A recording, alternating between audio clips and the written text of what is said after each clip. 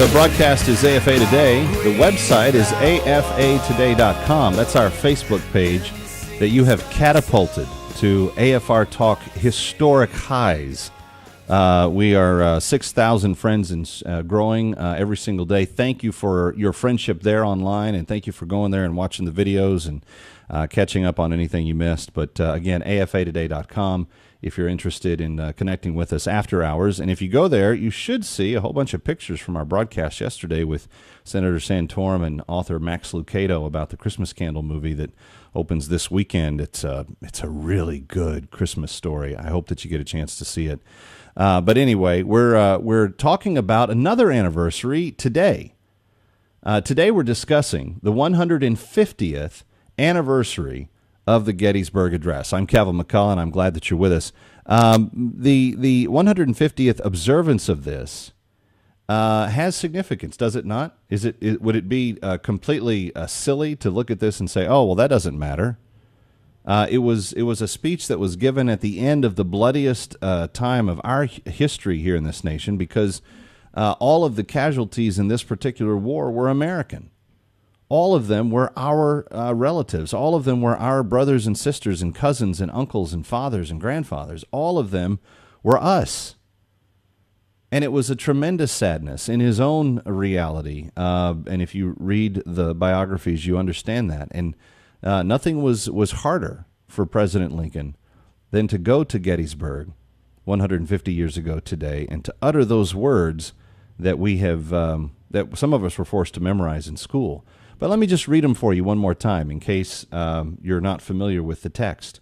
77 years ago, our fathers brought forth on this continent a new nation, conceived in liberty and dedicated to the proposition that all men are created equal. Now we are engaged in a great civil war, testing whether that nation or any nation so conceived and so dedicated can long endure. We are met on a great battlefield of that war, and we have come to dedicate a portion of that field as a final resting place for those who gave their lives that that nation might live. It is altogether fitting and proper that we should do this. But in a larger sense, we cannot dedicate, we cannot consecrate, we cannot hallow this ground. The brave men, living and dead, who struggled here have consecrated it far above our poor power to add or detract. The world will little note nor long remember what we say here, but it can never forget what they did here. It is for us, the living, rather, to be dedicated here to the unfinished work which they have fought here, have thus far so nobly advanced. It is rather for us to be dedicated to the great task remaining before us, that from these honored dead we take increased devotion to that cause for which they gave the last full measure of devotion. That we here highly resolve that these dead shall not have died in vain, that this nation under God shall have a new birth of freedom, and that government of the people and by the people and for the people shall not perish from the earth. Abraham Lincoln, November 19th, 1863. The president did not go to today's observance.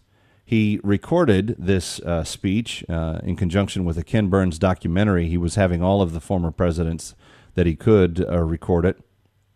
But President Obama purposefully left out the words under God, that this nation under God. He just said that this nation. I'm curious as to your thoughts about how all of that sits with you. I'm curious as to your thoughts about why he feels the need to go there today. The official explanation is that he's too busy trying to fix healthcare.gov. Maybe that's a satisfactory answer. I don't know. But how does it sit with you? 1-888-589-8840. Let's go back to the phones and speak next with Jay in Texas. Jay, hi. You're on with Calvin McCullough. Glad you're with us. Hello? Jay, are you there? Yes, I am. Welcome. Thank you. Perhaps Mr. Obama was suffering a sudden attack of conscience, and he fully realized the hypocrisy of his attending this sesquicentennial celebration of this great speech, and that he's attempting to further enslave this nation. You made a comment about entitlements, and it occurred to me that the entitlements are a form of slavery, and that the slaves who worked the plantations for the white slave owners were doing so for the entitlement of the slave owners. So this whole effort at entitlement is just another form of slavery. That is a very true observation, Jay, and you're not the first to have likened the current political process with being enslaved. There is a great deal of prevention of thinking amongst some of the political partisans. There is a great deal of you will do what we tell you to do and you will not think for yourself type of mentality. But beyond that, and beyond that comparison, this president has aggressively displayed bias, prejudice, and legislative agenda against a certain subset of people in our midst. And he has practiced this prejudice in a way that is inhuman. He's practiced this prejudice in a way that no other federally elected official has ever approved of, ever. The one time that there was a record on the vote for it, he was the only vote that was registered in favor. This is a really mind-blowing idea. But the president himself does not believe that all men are created equal. He doesn't believe that all humans have that right. He doesn't believe that God has endowed them and should be then protected by God's creations as one of God's creations. I don't know if he believes in natural-born rights, but it doesn't appear that he does when it comes to the right of life and liberty and the pursuit of happiness. 888-589-8840. This president is one of the most biased, one of the most prejudiced, and one who has used his power at the state and federal level to advance an agenda against a certain subset of people that I have never witnessed before him. And no one calls him on it. No one ever calls him out on it in the media. 888-589-8840. I don't know why, but they don't. Let's go to Ken in Virginia. Ken, you're up next on AFA Today with Calvin McCullough. Glad you're here. Yeah, thanks for having me on. Sure thing. I'm just calling in to say that as a Virginian, I think that Abraham Lincoln was a war criminal against the Southern people by declaring war, betraying the founders, and declaring war on the South. And, I mean, they were burning civilian homes. He imprisoned 40,000 Northern civilians, imprisoned elected officials, and we're sitting here highlighting him. We were the only country in the world that didn't free the slaves. We needed a war to free the slaves, and every other country in the world could do it once things got industrialized. So I think the whole slavery thing is being overplayed. Okay. I appreciate your comment, Ken. Thank you. I disagree. 888-589-8840. Let's go to Greg in Texas. Hi, Greg. Welcome. Glad you're with us. Hello. How are you doing today, Kevin? I'm doing well.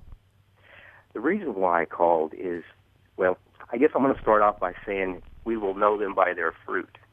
And I think that's how we can really look at our president, and we can see the fruit of exactly what he does. You know, I'm a fourth-generation Hispanic. My dad was, at 17 years old, he enlisted in the Marines, and he was a gunner on a dive bomber in Guadalcanal in the Pacific. And one of the things that I see for myself and my family, because my brother was in the military during Vietnam, and he didn't have to go, but he was willing to go. And then, of course, I had to enlist for the draft, and fortunately I didn't go because I was a very low number, but if I would have been called, I would have gone. And I think what's important to understand here is that there's a legacy that I think most Americans have. Our current president, he does not have that kind of legacy. His dad, in other words, he didn't have any skin in this country. His dad did not fight for this country. I presume that he has no members that did. His mother did not care for this country, and yet I really think it's evident in the way that he governs, in the way that he circumvents laws. And when you really look at it, you have to just ask yourself the question, he has no real heritage in this country. And so when he hears of the Civil War and all of these other things, whether it's the Revolutionary War or whatever, they're abstract to him because he has nothing in terms of his generational lineage that were involved in making this country great. And I think that's one of the things that is really missing in our president. Well, I think it is true that he is that there is he's been robbed to a certain extent of a legacy that would come much more natural to someone that had been multi-generational in America and had a rich sort of patriotic background. However, it is fair to say that other people come here not having the same type of background and seem to adapt and adopt fairly quickly. Ted Cruz's family has not been in America for generations and generations and generations, but he was taught from an early age from his father, from his grandfather, to respect this country, to understand the value of what this country offers. And as an American citizen, he himself now has a deep and full appreciation for it. So I don't think it's just the geography of who you are that makes you who you are, but I think it certainly contributes to it. 888-589-8840. The president passing on the 150th observance of the Gettysburg Address being given today. And I've said several times throughout the show that maybe one of the reasons he doesn't go is because he himself is a bigot who is prejudiced and who is practicing a certain level of bias against people simply because of who they are, because he's able to discriminate against them in that way. I want to expound on that in a minute as my closing thought, but first let me take Dennis's call in Mississippi. Hi, Dennis. Hi, Kevin. Thanks for taking my call. Sure thing. With somebody with his socialist agenda and, with Obamacare and stuff, there's no way that he could go out and celebrate today. If he did, he would be the biggest hypocrite in the nation. And I don't think he shares our values. And if he did, he wouldn't be eliminating God from his speech. Yeah, that's an interesting thing, isn't it, Dennis? That's something that he chose to leave out when it was really the cornerstone of what Lincoln believed in terms of how he constructed the speech. Michelle in Texas, you're going to get the final say. Hi. It was really the cornerstone. Michelle in Texas, are you there? Constructed the speech. Michelle in Texas, you're going to... Hello, Michelle. One last Hello? chance, Michelle. Yes. How you doing? I'm good. God bless you. Thank you. I just had a opinion. Real How quick. could this man not go and honor Abe Lincoln when he used his name all through his campaign or his first presidency and talked about his daughter using Abe Lincoln's desk for her homework and everything?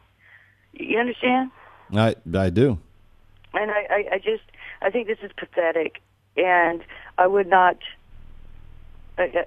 It wouldn't pass me that he's out golfing or playing spades right now. He's not on no computer. And to be fair, I don't believe that he is out golfing. Thank you, Michelle, for the call. I don't believe he's out golfing.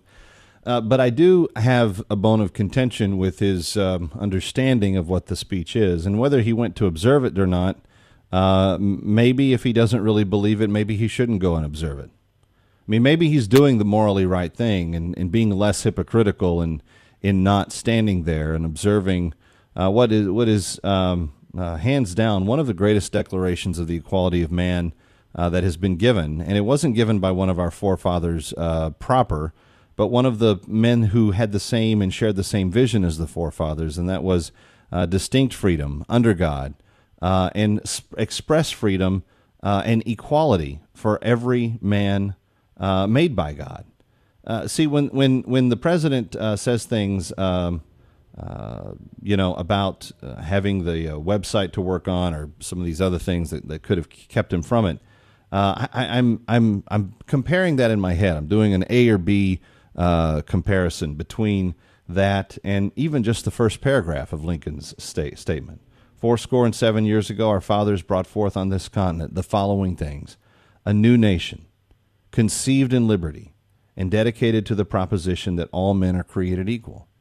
That should be a rally cry for every free person around the globe.